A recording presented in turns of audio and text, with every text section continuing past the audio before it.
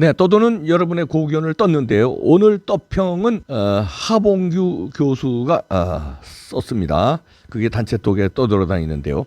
제목이 나는 고발한다. 1부라고 쓴 거 보니까 2부, 3부 쭉 나올 것 같습니다.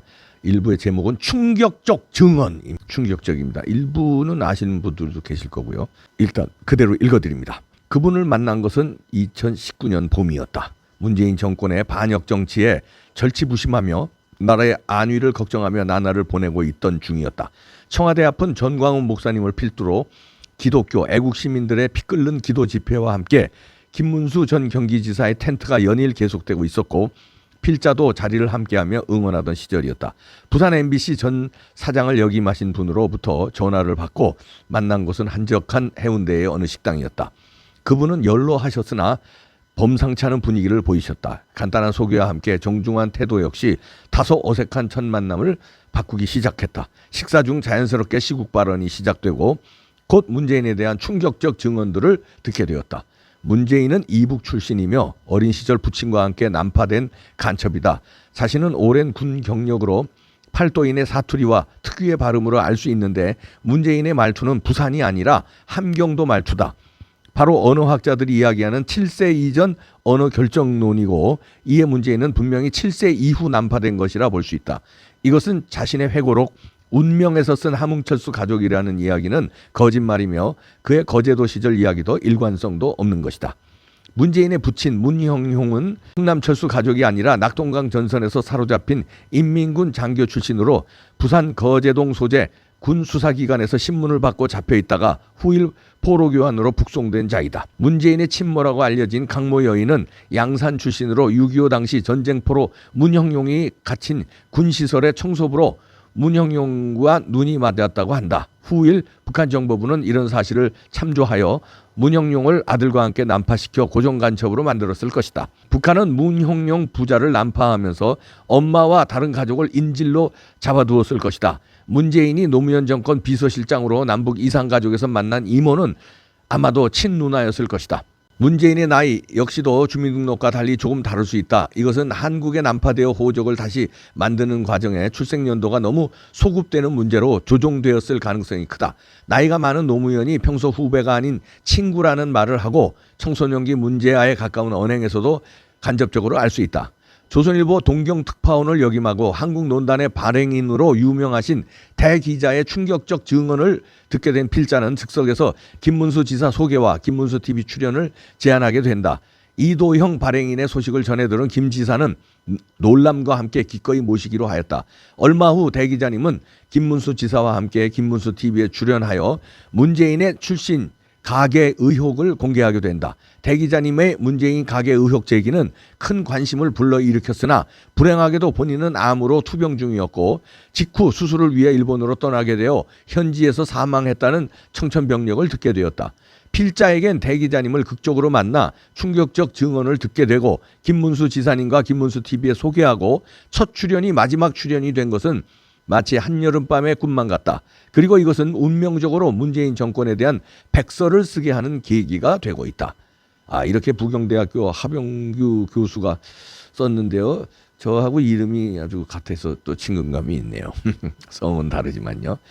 마지막 말미에 백서를 쓰게 하는 계기가 되었다고 하니까 백서를 이제 앞으로 쓰게 될 것 같습니다. 하나하나 이제 밝힐 것 같은데요. 이 문재인의 아버지 출생의 비밀에 대해서는 윤월 스님도 전광훈 목사님하고 인터뷰에서도 밝혔고 그다음에 윤월 스님과 가깝게 지낸 성호 스님이 저희 이봉규 TV에서도 여러 번 밝혔고 그래서 공공연한 비밀 아닌 사실이 됐습니다. 광화문 집회 때도 여러 사람이 이거에 대해서 얘기를 했고요. 그런데도 문재인이 그분들을 지금까지 고소도 안 하고 뭔가 반박 성명을 내지 않는 거는 어느 정도 이게 사실이 아닐까 이런 합리적인 의심을 하게 됩니다. 왜냐하면 사실이 아니라면 문재인 팀에서 가만히 있겠어요? 자기 출생의 비밀을 얘기하는데 만약에 그게 사실이 아니라면 그때 돌아가신 어머니가 내 친어머니고 당신들이 얘기하는 그런 거는 사실이 아니다. 허위 사실로 고소하죠. 윤월 스님 그랬고 전광훈 목사님 그다음에 성호 스님 등등 얼마나 많은 사람이 얘기를 했는데요. 근데 윤월 스님이 그때 그걸 폭로하고 그다음에 이제 책을 내려고 원고를 다 준비를 다 했습니다. 성호 스님이 지금 마지막 다시 책을 낸다고 그러는데 그러고서는 건강한 분이 갑자기 의문사 당했어요. 그래서 성호 스님이 지금 윤월 스님 의문사 진상규명위원회 그 위원장도 맡고 계시는데요. 어떻게든지 밝히겠다는 거예요. 성호 스님은 윤월 스님이 왜 돌아가셨는지 밝히겠다. 왜냐하면 그 전에도 그 돌아가시기 직전에도 여러 번 만났대요. 그래서 이 문재인 아버지에 대한 거, 문영룡에 대한 거 그 기록을 쭉 이제 책으로 만드는데 그래서 그것도 상의하고 이래서 근데 여러 번 만났는데 아무렇지도 않았대요. 아무 증상도 없었고 그런데 어떻게 갑자기 돌아가실 수 있느냐? 이건 좀 의문사를 강력히 주장하더라고요.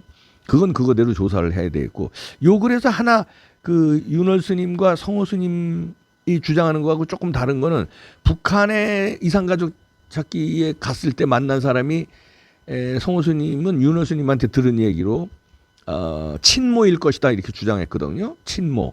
그러니까 그때 한국에서 돌아가신 거제도에서 돌아가신 분은 친모가 아니라 그건 가짜고 진짜 어머니는 그때 이산가족에서 만난 사람이 친모일 것이다 그랬는데 지금 하봉규 교수의 글에서는 누이로 친누나일 것이다 이렇게 얘기했는데 그거는 양쪽의 차이가 있네요. 근데 이 글은 조선일보 동경특파원도 하고 한국논단의 발행인으로 유명한 대기자가 증언을 했다는 점에서 이 하봉규 교수가 그 존경하는 분의 말을 충격적인 말을 듣고 제가 아주 충격을 받았다는 거 아닙니까? 그러니까 허투루 말할 사람이 아닌데 이런 얘기를 했을 때 충격을 받았다는 겁니다.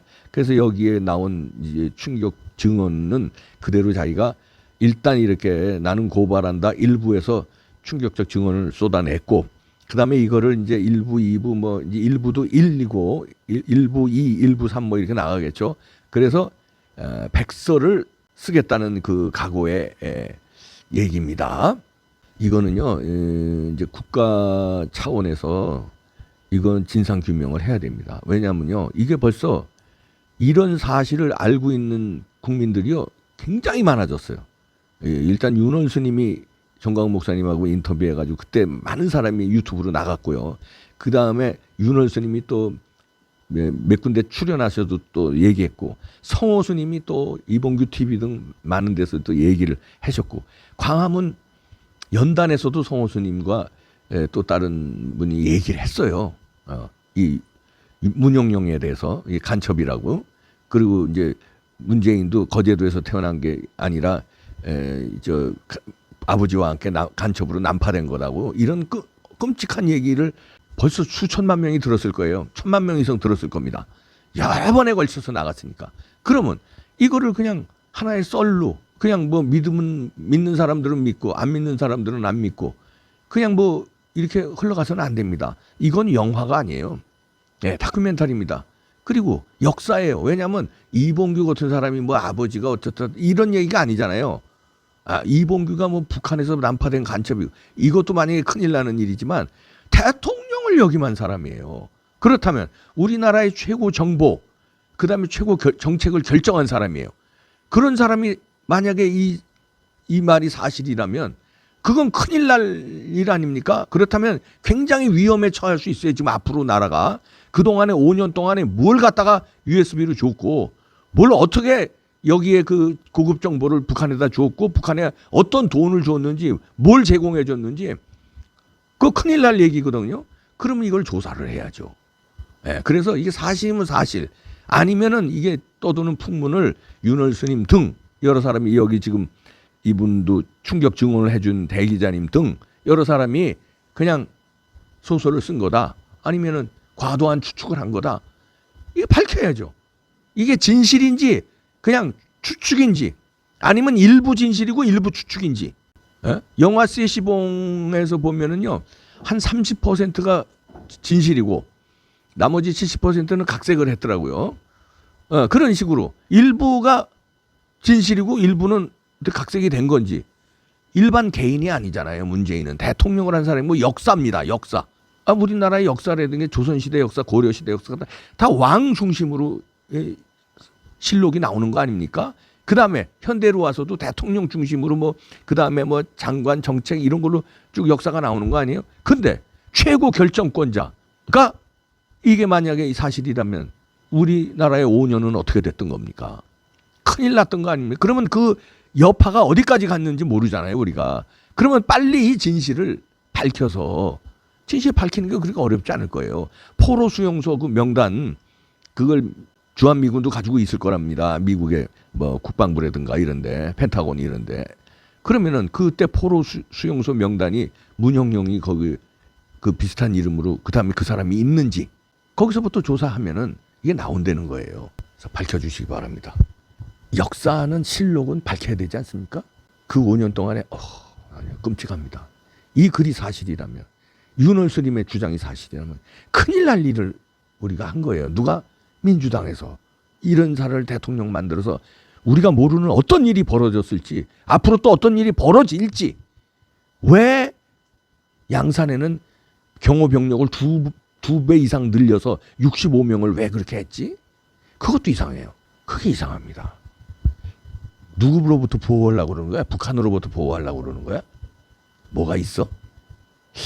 하여튼 이거 밝혀야 됩니다. 그냥 못 넘어갑니다. 이거 밝히셔야 돼요. 네. 하봉규 교수의 글이 앞으로 계속될 것 같은데요. 1-1 한 거 보니까 100서까지 잘 정리해서 쓰는 거 기대해 보겠습니다. 숨길 수 없어. 밝혀주세요 좀. 사법당국도 이게 밝혀야 되지 않겠습니까? 우린 진실을 알고 싶어요. 몇 퍼센트가 진시고 몇 퍼센트가 각색이 됐는지 아니면 통째로 각색됐는지 아니면 통째로 진실인지 국민의 알 권리를 채워주시기 바랍니다. 무서운 세상이다. 무섭다 무서워.